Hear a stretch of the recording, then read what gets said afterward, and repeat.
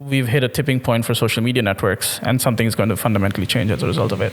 Welcome to the Lucas Skrobot Show. I'm Lucas Skrobot, and this is where we uncover purpose, pursue truth, and own the future. Thanks for being with us again today on the show. Today we have Chirag, who has been on the show a number of times. The last time that he joined us, we were talking about the control of big tech and whether big tech is a publisher, whether they're a bulletin board, and whether their check marks and their algorithms are really them shaping the way that you and I view the world. And today, Chirag is joining us again back on the show to talk about some more scandals that are happening in India right now with Twitter and their manipulation of what you see and what you don't see. So Chirag, thank you so much for being with us on the show.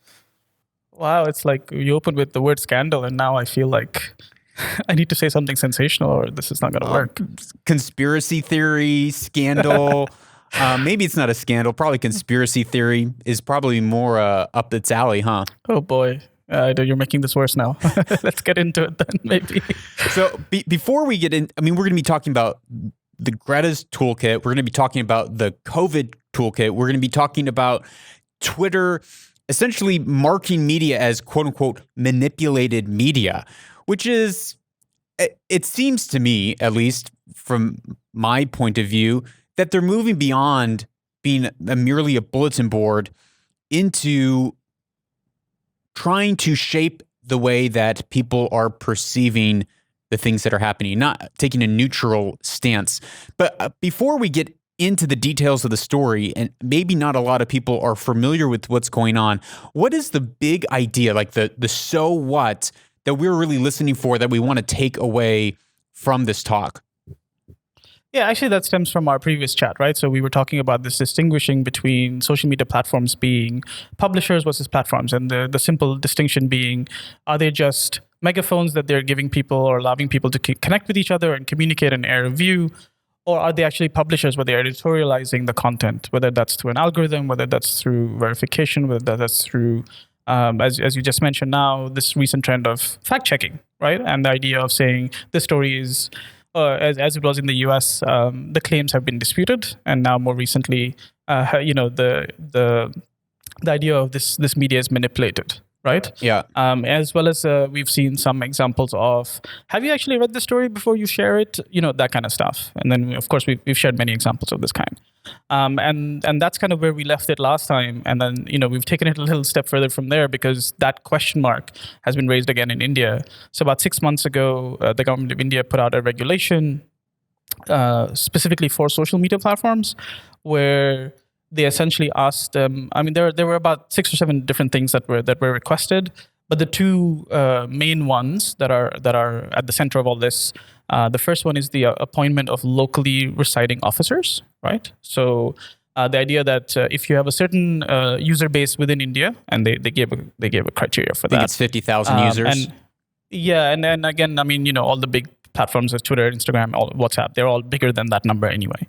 Then you must have a locally registered office in the country. And then you must appoint a set of 3 officers as a compliance officer, nodal officer, and so on. Specific roles, not necessarily, we don't need to get into that, but the point of the matter is they would be contact points for maintaining compliance, for filing grievances as well, right? So if you've been whatever, banned, or a tweet has been banned, your account's frozen, whatever, who do you reach out to within the country, right? And it's a way of sort of bringing it to say, look, the laws of the land apply where you're administering, and who do we communicate that to, right? And so that's one part of that regulation. And the other one is the idea of finding the source of misinformation, which again is something that has been a bit concerned a lot since last year, right? These kind of different pieces of news that go out, creating panic in some cases, as we've seen, leading to riots and things like that. Yeah. And so the government of India included a thing that says that as long as a certain designation, of course, of a government officer reaches out to the social media platform, in the event, and there has to be cause for this, then the social media platform has to give them where this originated, because obviously that person may or may not have deleted the original post or whatever it might be. And then, as you know, in WhatsApp, things get forwarded so many times, you kind of have no Right. idea where it came from, right? So it's those were the two main things that created the big question marks. WhatsApp has actually taken the government to court over that second provision, saying that it violates the privacy of the people on WhatsApp. An interesting debate. We'll see where that goes. It's just been filed. But in the case of Twitter, it's that first one that's still in under question. So as of Friday, which is May the 28th, right? Everybody has complied with this requirement. They've notified the government who the officers are and so on, except for Twitter, who threw it in the very last minute. They actually put somebody from their law firm as one of the officers, and the government turned around and said, look, the regulations were quite clear. You must employ the officers. They must be under your employ because they have to be able to take action where it's needed. So that's kind of the larger picture. The deadline for this just passed. The government had already announced a 15-day extension, although they had given 6 months initially.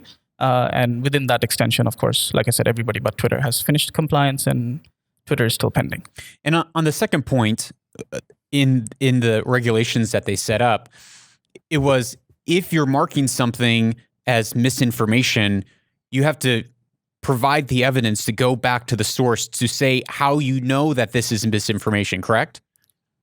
Yeah, this is where again, like, so a lot of this controversy stands at the moment, or where the pot is at the moment, right? So because there is this question mark that Twitter has been employing, but also other social media platforms have been employing. They've been integrating with quote unquote fact checkers, and I say quote unquote not because I'm already doubting them before we start, but the fact that they've employed somebody to do it, and we don't know who that is, and so the idea is to provide transparency on that process, because ultimately, especially the stand Twitter has taken, which is to say, hey, this is, free speech is being affected because of these regulations and so on.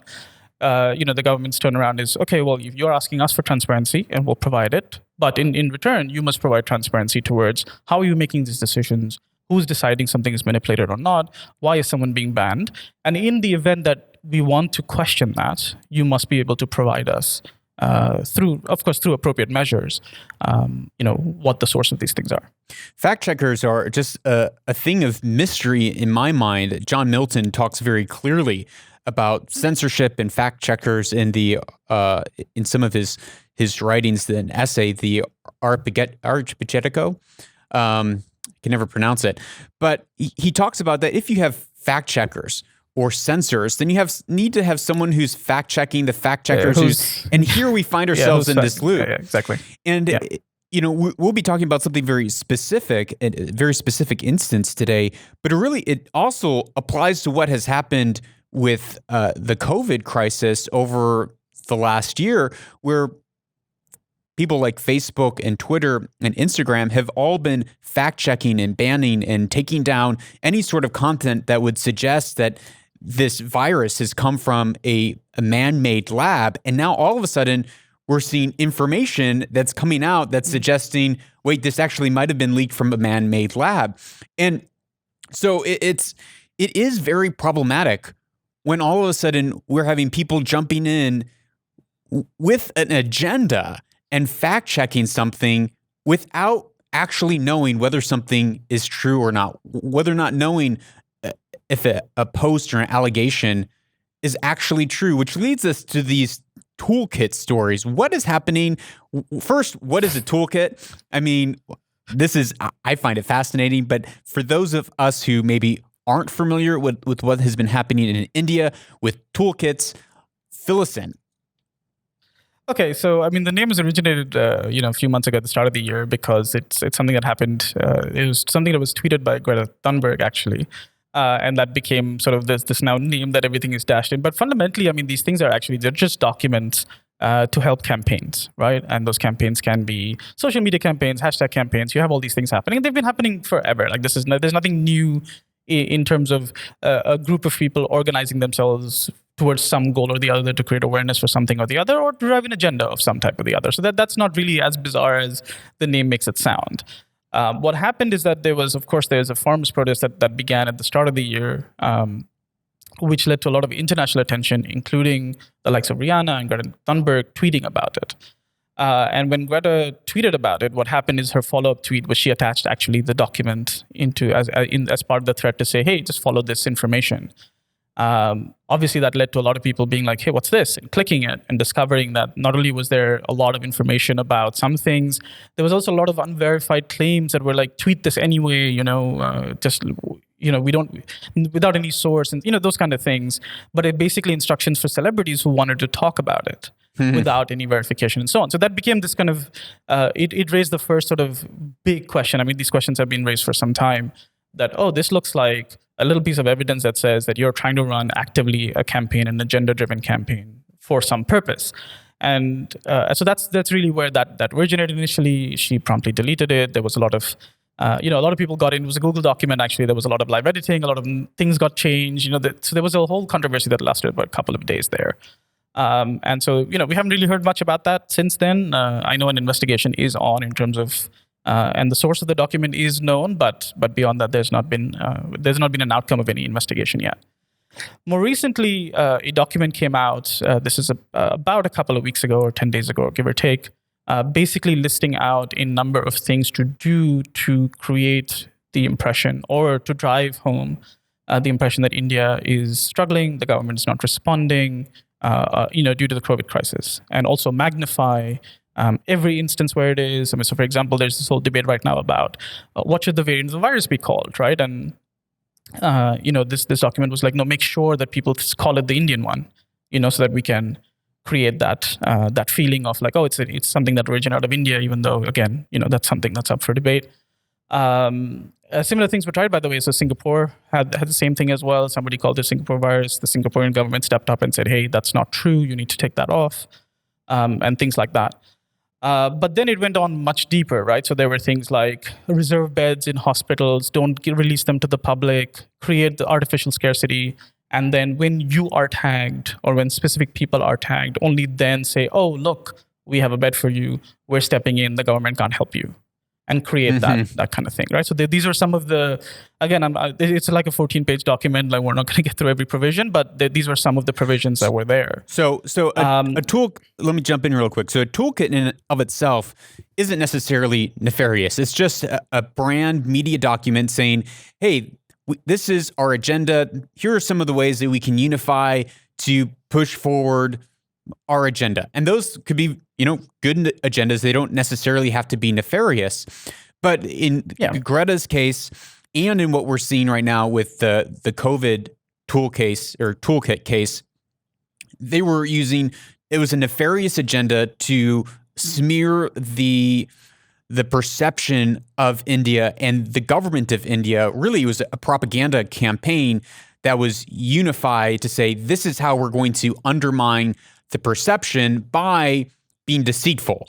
So it's not just, hey, this is the way that we want to talk about stuff and to push forward our agenda, but we are going to be intentionally deceitful in whether it's talking about where the origin of a strain of virus has come from, or whether it is hiding oxygen tanks or saying there's not beds in hospitals. Is that right? It's the There's, and then of course, like I said, there's a lot more to that, to what was in that document. Like I said, it was about 14 pages. Everything from what to write about. Contact international publications and give them images of people dying in the streets, that kind of thing. And to be clear, again, it's not that India went through a pretty tough phase over the last couple of months, but as did the rest of the world. Right. And so when you see a document that says something like, do not post the number of recoveries, right? Do not do this. Do not, those kind of, you read that and you're kind of like, okay, wait, there's a huge question mark here. It's similar to the Veritas takedown of CNN, where CNN was saying, we're not going to post all the recovery stats. We're only going to post the bad news because that's what's driving clicks and driving impressions and getting our agenda across. Right. Similar. Yeah. And again, like I said, it was everything from, this is the kind of messaging we need to do, but also actions. Like, so we're talking about oxygen tanks, beds. And by the way, like a lot of, oxygen tank hoarding has been uncovered, as we've been seeing, through various investigations. But obviously these are all sort of happening in parallel. And I think what's interesting here also is there's a huge debate on whether this document is real or fake, right? And I think that's something that is being questioned. So obviously, the moment this document came out, instantly the people whose logo was on that is in a political party whose logo was on that document and stuff came out and said, "Hey, this is a fake document. This has been done just to smear us. We didn't actually do any of this stuff." Or we didn't write this document. We're not the owners of this document. And for me, in terms of this debate, I want to just quickly address that point, but I think we need to talk about sort of what happened with Twitter thereafter. But honestly, it's one of those odd things where everything in that document actually did happen, right? Or most things in the document have actually happened. So the fact that there were even the New Zealand consulate got into a bit of controversy because they tagged the handle that's mentioned in that document to arrange for oxygen tanks, right? Instead of going through the usual channels as they should, as a consulate should with the foreign ministry of the country, for example. And in fact, at a press conference, the Prime Minister of New Zealand actually clarified that, we didn't actually, it's our mistake, we didn't follow the actual channels, and that's why that tweet was immediately deleted. So you're kind of thinking to a second, like, that looks like it was a campaign that ran. So for me, either way, if this document was actually done by them and they executed based on it, or this document was reverse engineered based on their actions, either way, the actions have happened anyway. Right. And all of that stuff is going on, and the fight over whether it should be called the Indian variant is on, and so on and so forth. I mean, today there was a headline in The Guardian that basically said, okay, so we're not calling it the Indian variant. So what should we call this variant? And it was like, I mean, that seems like a very interesting, tone to take for this issue. Like, the problem isn't the name of the variant, right? But hey. Well, yeah, I mean, that's also confusing because when it was called the Wuhan virus or the China virus, the Chinese coronavirus, it was that's xenophobic. We can't call it that. That's like just showing how racist and xenophobic a certain individual was. But now we're seeing the same thing happen with South African variant, the UK variant, correct, and the Indian variant, and Singapore, so and the Singaporean variant. Yeah. So if they're saying, well, what else are we supposed to call it? Well, they figured out a different name to call, the Wuhan virus. They decided to call it the COVID-19 virus. Yeah. Okay. Right. Well, this is just an aspect of this debate, and again, we can get into that to a large detail. But so the point is that Twitter marked. So this was shared quite actively by the ruling party. It was shared by ministers. It was shared by a lot of people to be like, oh my God, this is deplorable. At a time when the nation was going through crisis, you were trying to score a political point, and you were actively preventing, medications, vaccines even. I mean, we've seen that there are certain states where vaccines haven't reached. We had a lot of issues with oxygen and so on. You saw every campaign that went, India can breathe, India can breathe, India can breathe. You could see that kind of unfolding. And so, obviously there was a lot of tweeting about it to be like, okay, this is absolutely deplorable. And again, like I said, the problem is the actions that were listed in the document had actually happened in many cases, or at least verifiably so. So that tweet and those tweets were marked as manipulated media, right? Because the person accused of authoring the document has filed the case in the police to say, hey, I didn't write this document, and therefore someone's defaming me, or someone's defaming our party, and therefore an investigation should be carried out. And very quickly after that was filed, Twitter marked it as manipulated media. And so that's kind of where the story kind of continues. So this investigation reached the Delhi police because that's where the central government is. And that's where the central offices of all these firms are as well. And so as a result of which, the Delhi police actually issued a notice to Twitter to say, look, you've called something manipulated media that we are currently investigating the source of and so on. And if you are claiming that's manipulated media, that means you have evidence we do not have. So come join the investigation. Give us the stuff you have so we can carry out the investigation to its own course. If I'm correct, there were 3 different notices that were handed out, none of which were responded to. The third one was to the MD of Twitter, the local MD of Twitter, was not responded to. And so on Wednesday, there was this big news that kind of jumped out everywhere to saying, oh my God, the Twitter offices are being raided by Delhi police. They're turning it over for things. Oh my God, this is like an attack on free speech. And then, it took a couple hours for the reality to come out, and it turns out there was nobody in Twitter office. They couldn't even enter. They had just come there to give a physical handout of that document, of that notice to say, look, we have not got a response from Twitter. We need to know who the person is so we can hand it off to them so that we can get that verification. And we know who that person is so we can file future responses from that person. That was essentially what happened. So of course, none of that happened, but there was a bit of outrage for a couple of hours that, oh my God, they're going after it. And so that's where it stands at the moment. I mean, Twitter has now complied with a part of the regulations. So that's one side of it. And then this investigation is still on. Did Twitter take off the designation that this is manipulated media? No, not that I have last checked. It is not as of a couple of days ago when things were ahead. So at the time, which was Wednesday evening, when the Delhi police had actually come there, that had not changed.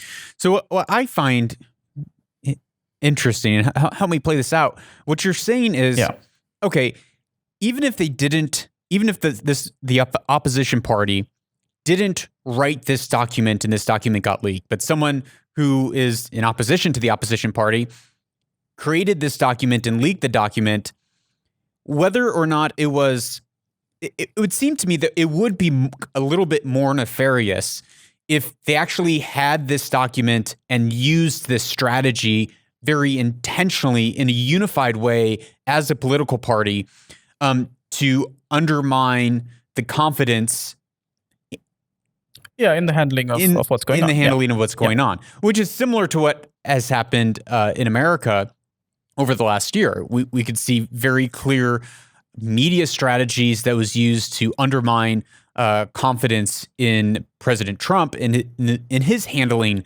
of the coronavirus. But you're saying whether or not this document was created or not, they did everything that was written in the document. Yeah, and that's why I say, like, it could just as easily have been someone that wanted to call them out, reverse engineering the document based on the things they did, right? So the problem, this is where I kind of want to separate the two things, right? There is the question mark of why did Twitter go ahead and make that assumption when an investigation is currently on? Yeah. And the result of the investigation hasn't been published. And I think that's the debate we should have, because that's the long-term one. Because the outcry is, well, the police going to Twitter offices, that's a violation of free speech. They're trying to shut down free speech. When in reality, you could make the exact opposite argument of that Twitter is trying to censor free speech for their own political agenda by marking something as misinformation when there is not credible evidence one way or the other yet. Or if they have evidence, again, and that's exactly the point. It's like, okay, if you do have credible evidence, then provide it so that the investigation can also be carried out, because clearly you seem to have something. Like I said, the other side of this is for me, this is a technicality discussion. I mean, legal one, yes, but a technicality one, right? Because you can differentiate and say, well, they took out the actions. Maybe they have another document that says exactly the same thing. Right. It's just this one isn't authored by them. So this investigation might lead to say, yeah, this particular document was fake. But again, those are, the technicalities of a very specific issue that will see some recourse. I mean, we have the one from January, and that's still kind of they're still figuring a few things out. So eventually, and I believe, by the way, that because it was a document, some level of the author has been traced, and they're working on that and so on. So for me, that is this.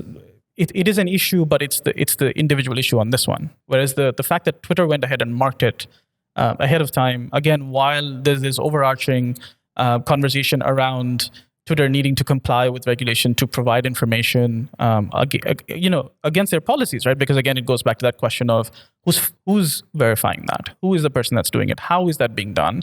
The also process should be transparent. Correct. And I think the free speech conversation tends to muddle this whole thing, because it's very easy to take a side on freedom of speech, right? Because when you say, oh, freedom of speech is being affected, you then say, oh, no, we got to support that.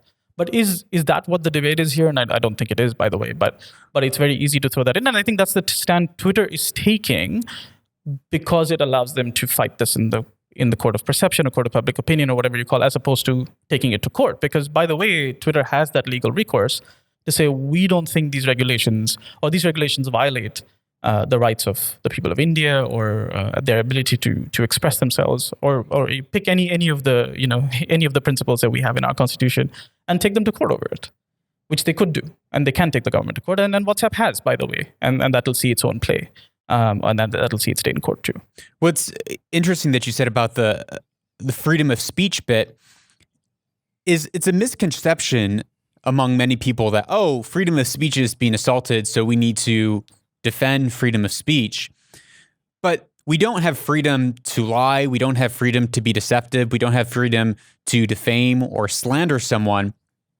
And so I think there's a difference between just pure freedom of speech and realizing what that actually means in the context of the bounds of freedom of speech, which can, depending on what the truth is in this situation of who wrote this document, it could really go either way. It could go, the freedom of speech is, well, this person put out a manipulated document, or it could be Twitter is acting as a publisher and not acting as a bulletin, and therefore Twitter is manipulating media, not that this document is manipulated media, which is kind of the bigger thing that you and I have been talking about of big tech and media scripting the way that people see the world and the opinions that they have, and therefore shifting culture. See, there's another problem here, right? Because when you say freedom of speech, and when I say freedom of speech, we might mean two very different things. Because freedom of speech under the laws of America, and freedom of speech under the laws of India, and freedom of speech under the laws of China and Singapore UK, and South Africa, they're all different. Very different. Right? And so the question mark now is, and you remember on our last episode, we talked about sort of Uganda saying, you know what, during elections, we're just going to ban Twitter outright. And yeah, Twitter took a freedom of speech argument there too, right?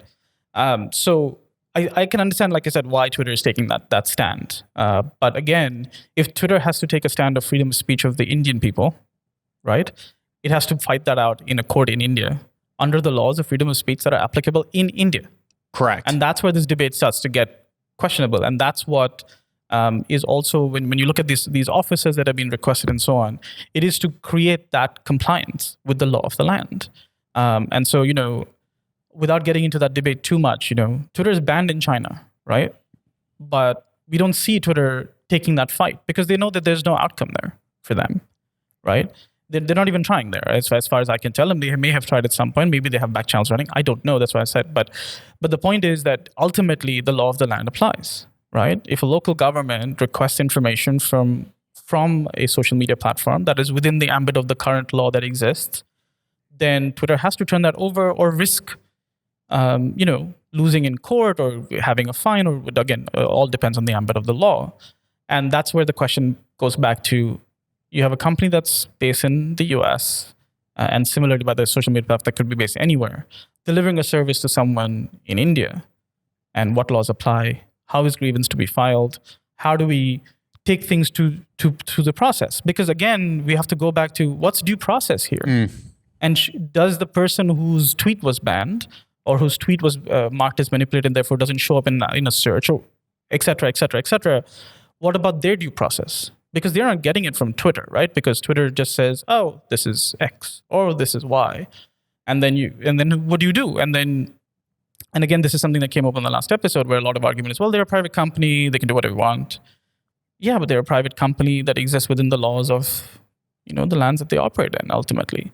And so this is where this debate starts to get murky. And that's why I think this is not a freedom of speech debate. And if it was, they can fight that out in court, and they should fight that out in court. By the way, I'm all for it, right? Because let that come out. Let the law be interpreted. Let the judges come down and say, fine, you know what? The way the freedom of speech law is written, or the way this regulation is written, violates a fundamental right, and therefore an adjustment should be made or not. And the courts in India at least have the power to do so. So if it's not a freedom of speech issue, are you saying that it's more a manipulation of big tech trying to shape the narrative illegally without information? For me, as I've said before, because I'm not a lawyer, I can't say necessarily if it's where the legal line has to be drawn, but it has to be drawn somewhere. But yes, the question mark at the moment goes back to the same thing. Is Twitter a publisher or a platform? Or as in the case of India law, it's called an intermediary. It's a place that provides an opportunity for someone to air view. And the moment Twitter steps in and decides we're not going to do that, they also then consequently lose the protection they have as an intermediary, which is to say, you are not responsible for what's being posted on your platform because you're just allowing posting to happen. And that's very different when you are publishing a piece of news that might defame somebody, that might be illegal, that might incite violence, that might incite a riot, that might incite misinformation, that might cause harm, etc. And so that's when the laws of the land start to apply to say, well, okay, if you've made this decision, how do we get to the bottom of that? How do we investigate it, right? Because ultimately, social media platforms, as you said, are a public. They have become a public bulletin board. They have become fairly essential services. Not just, by the way, also for governments and dignitaries and celebrities and people and CEOs of companies to communicate with their audience. Right? So if you're not a platform and you're starting to become a publisher where you are deciding how that information is rolled out, we're not saying that you can't do that, but what we're saying is if that happens, then two things happen subsequently. One is you start to become liable for that information, partially or in whole, right? And two is, which basically you lose the protection of being an intermediary. And I think that is an important distinction to be made. We're not saying don't have an algorithm or don't decide that or don't integrate with a fact checker or whatever, but don't do it while also saying, oh, we're just a platform, therefore we should be protected, because that changes that definition. I've been thinking about this, of whether or not it would be better for these companies to no longer just be intermediaries and really have the accountability of being publishers. But that would seem to have a lot of negative effects on people's ability to share, because the level of responsibility that would then be on these platforms would be quite vast. It'd be nearly impossible, and they could have lawsuit after lawsuit. But then on the other side Correct. of, okay, well, then they are just pure bulletin boards. Well, then it seems that you lose the boundary lines that keep it from just being a total swamp of, whether it's a swamp of misinformation or defamation or just no algorithm. And so your feed is just flooded and you have content collapse, and then these platforms become equally as irrelevant. Yeah, and again, this is where we kind of have to see, like, at what layer should this be happening is the question. So when you look at it from an intermediary point of view or a platform point of view, ultimately what it is we're providing the technology and the platform, et cetera, for people to communicate with each other. And then let's say you post something that might defame me. If the law of the land allows me to do that, I may file a suit against you, and we'll resolve that in court, right? Because that's what should happen. Right. Here what's happening is you might post something that might be true. It may be taken off, and you have no recourse here. And that's A, problem that can happen. B, because there is an altering of just purely, and that's, by the way, at least and I know this is true for Section 230, but it's also true for how 70. an intermediary is defined in India, is you have to share the information exactly as the way it was posted, right? That's the criteria. Correct. So when that happens, this actually allows me tomorrow not only to sue you, but also to sue Twitter, to say you're the reason I'm being defamed. And that's the reason why this protection existed, is to say that if you have a huge audience and you'll end up defaming me, I can, of course, I always have legal recourse to come after you. You look at libel laws in the US, you look at defamation laws in India, as they're called, and same applies in many other countries. That's why those laws exist. But they also prevent Twitter from being liable or any other platform from being liable, because they're just acting as a platform. And that changes when all of this thing starts to happen. So if we would take a couple steps back and zoom out back into the big picture, what does that mean? What does that mean for us? Like, what does that mean for you and I? What does that mean for how we should begin to think about the way that we communicate in the future, the way that we position, whether it's our personal brands or businesses, or the way that we even engage and interact on these platforms, the way that we think that government policy should be shaped? Like, how do we bring this home to what it means for me? Yeah, it's a tricky one, isn't it? I think there's two parts to this, or I have sort of two thoughts here. The first is, I think this long pending question, which is, what is the legality of my data stored somewhere, is now coming, or it seems to be coming to some kind of head, right? Individual countries are now stepping up. We've seen this in India. We spoke about Uganda. But we look at, for example, the GDPR law, which is the privacy law that was enacted by the EU a couple of years ago. Right. The way the law is enacted, it applies to anything in the territory of the EU, but also to European citizens who might be living anywhere in the world. What does that mean? So that means that if you're European and you're living in, I don't know, in India, for example, and you're your data is stolen by or sold by or manipulated by Facebook or Twitter or anybody else, you can take them to court in the EU, right? That's how the law is set up, because that's the only way you can, because again, software platforms and all these applications have a pretty free run all over the place.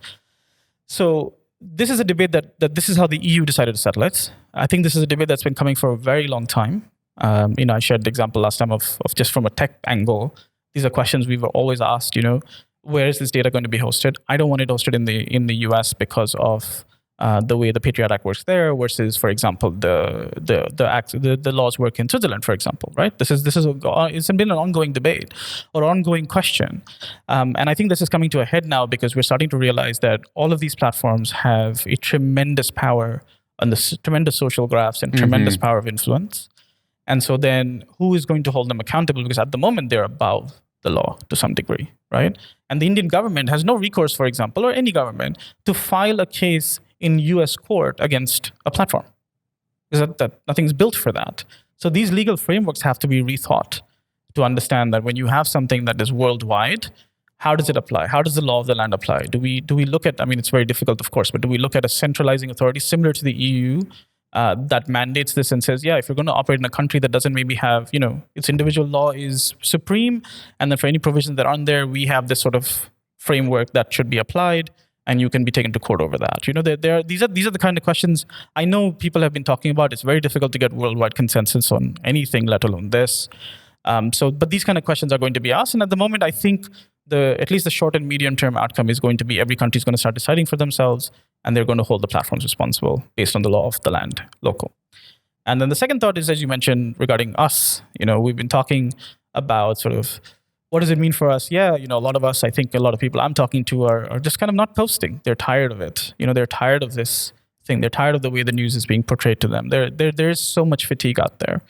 And so what's going to emerge from this is going to be interesting. I know we've spoken offline about the pseudonymous economy of having verifiable handles, but not linked to not linked directly to persons and locations. Doxing has become something that is happening as a result of these platforms. People are getting called out and attacked. And then these are all sort of we're now coming to the point where we're 10, 15 years into the social media revolution, coming to a place where we're starting to see the real effects of what's going on. And so I think one part, as I said, the laws will start to shape around it, which they are always behind when it comes to this. And I think people will also start to change how they start to post and how much information they reveal and how much they want to get into these debates. And I think these debates need to be had, but they have to be had in an environment that allows for them. And I don't think, or at least my personal feelings, that does not exist today. Today, you do not know if the piece of information you're reading, if the news you're reading, and that's not even, I'm not even getting into the media part of it. I'm just talking about the social media platform of you receiving it, whether it's verifiable, whether it's credible. Just because there's a verified handle, you don't know if that, these question marks are all been raised over the last year or two specifically, if not the last 5 years. And it's time, I think we are starting to see things like crypto and other things start to provide alternatives for social networks as well. And I think that's what's going to happen. And I think that's something we mentioned the last time as well, is it almost seems like we've hit a tipping point for social media networks and something is going to fundamentally change as a result of it. Yeah, I've been talking about this for quite some time. I recently have been realizing that even if you're using social media platforms to grow your business, still in some ways you are the product, right? You're the product of these platforms, and you've always been, yeah. The way that they program you, it is a level of, okay, they can manipulate your algorithm feed, they can manipulate what they fact check, how they fact check it. There is a level of that. But I think a bigger, which those things are debatable. I think people can debate of saying, well, actually, they're just trying to feed you what you're liking anyways, so you're automatically going to go into a silo. Right. It's not necessarily that they're specifically trying to feed you what they want you to see. They're feeding you what you want to see.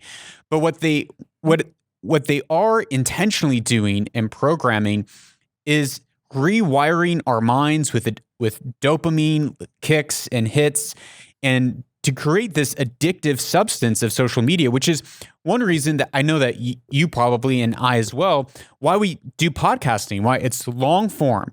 It breaks out of this quick hit dopamine punch of social media where it just feels so, for me, it's begun to feel so fake, to feel so not real life.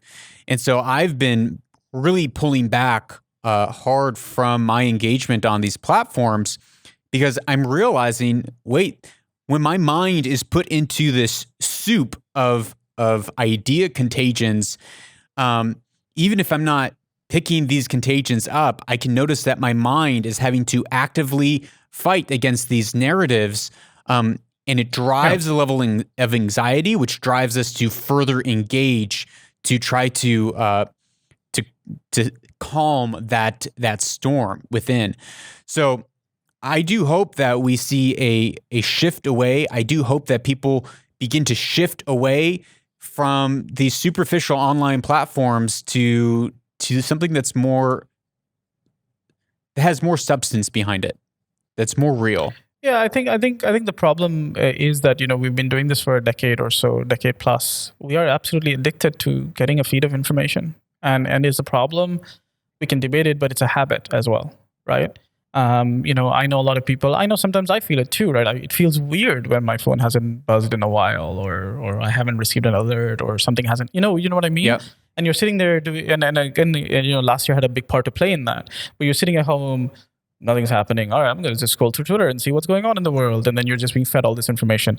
So I think part of the reason I feel like we are heading towards that sort of tipping point. It has been last year.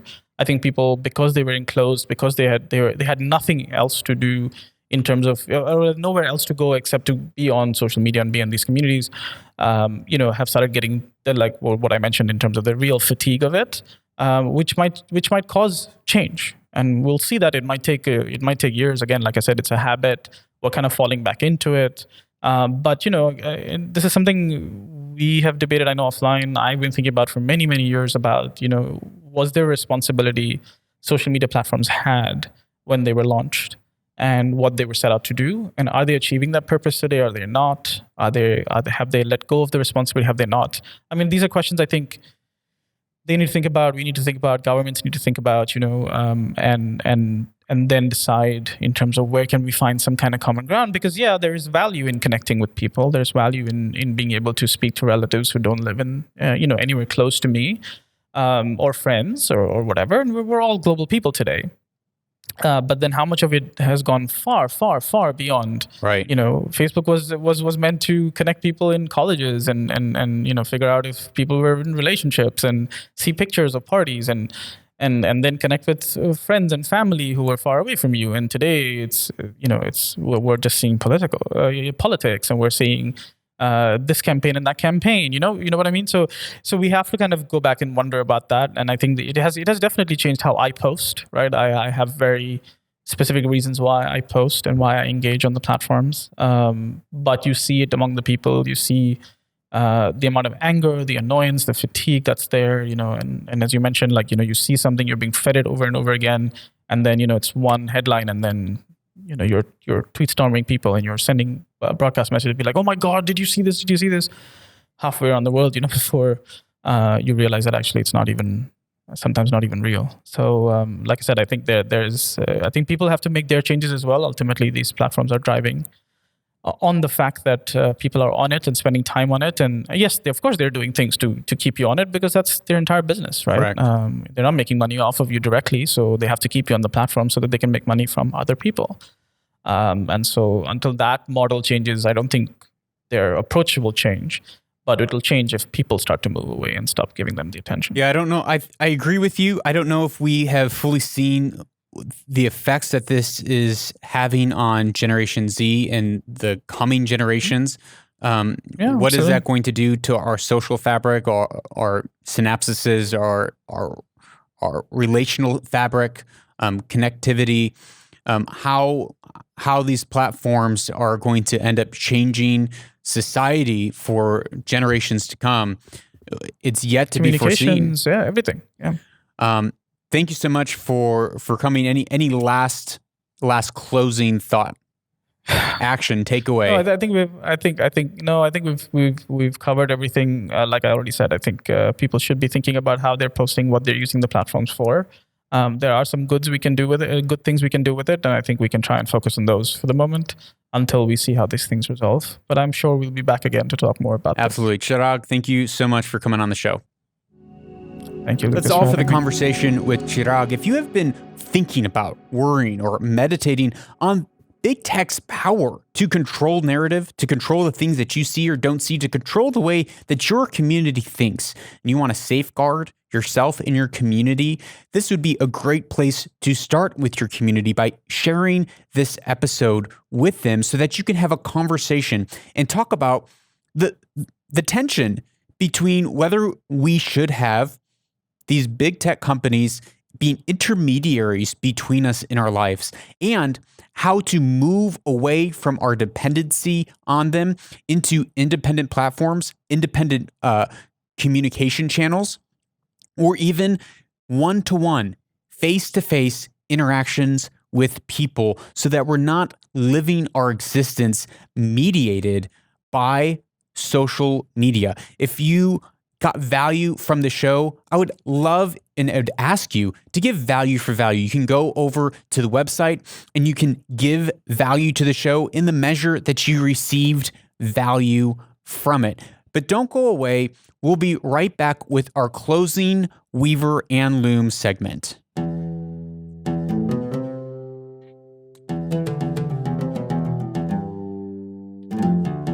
Welcome back to Weaver and Loom, a part of the show where we take ancient wisdom and we weave it in with our everyday life so that we can own our future and weave our destiny. We have been talking throughout this episode about Twitter and big tech being able to manipulate media and the political parties using media and media strategies and propaganda to shape the way that we view the world, which reminded me of this quote that I heard recently. The quote is by Max Dupree, and he said, "The first responsibility of a leader is to define reality." The first responsibility is define reality. It is to define truth. It is to tell the people who they are leading and stewarding, the people that they are serving, to define what is real. And that can mean whether it's in a business of what your actual bottom line is, and the path that the company is taking and the current health of the company. It's to be transparent and honest with the reality that is happening within it. Or it could mean from a political stance of defining the reality of the history of your nation, the history of the country that you're in, or even as a father or a husband in the family, defining the reality, the culture that you want to see and that you are fighting for within your family, defining the reality. It is an important role that all leaders have of defining what is true and what is real, what are the values that we aspire to live by, and how we will walk those out. When I think of everything that's been happening with media across, especially over the last year, where we have seen media platforms step up their censorship to a crazy level, deplatforming people to an insane degree. And now we're becoming to find out that even after the fact, people who have been deplatformed over false information, we're coming to find out that that information wasn't so false. And I'm referencing what has happened with the new findings of the COVID virus actually could very possibly have been man-made, could have actually been leaked from a lab in Wuhan. And yet people were deplatformed over saying that. People were deplatformed over sharing evidence about that. People were shadow banned and their accounts were taken down because they were sharing the evidence that they found. Leaders are to define reality. for those that they're leading. So that starts with us because we are the ones who are really leading our own lives. We have to define reality to ourselves. Now, we can't just make up whatever we want. If we define reality with falsehood, then we will get falsehood in our lives. If we're defining reality with falsehood, we will create a dystopia. We'll create a distorted image of the truth, a distorted image of where we are going or who we are.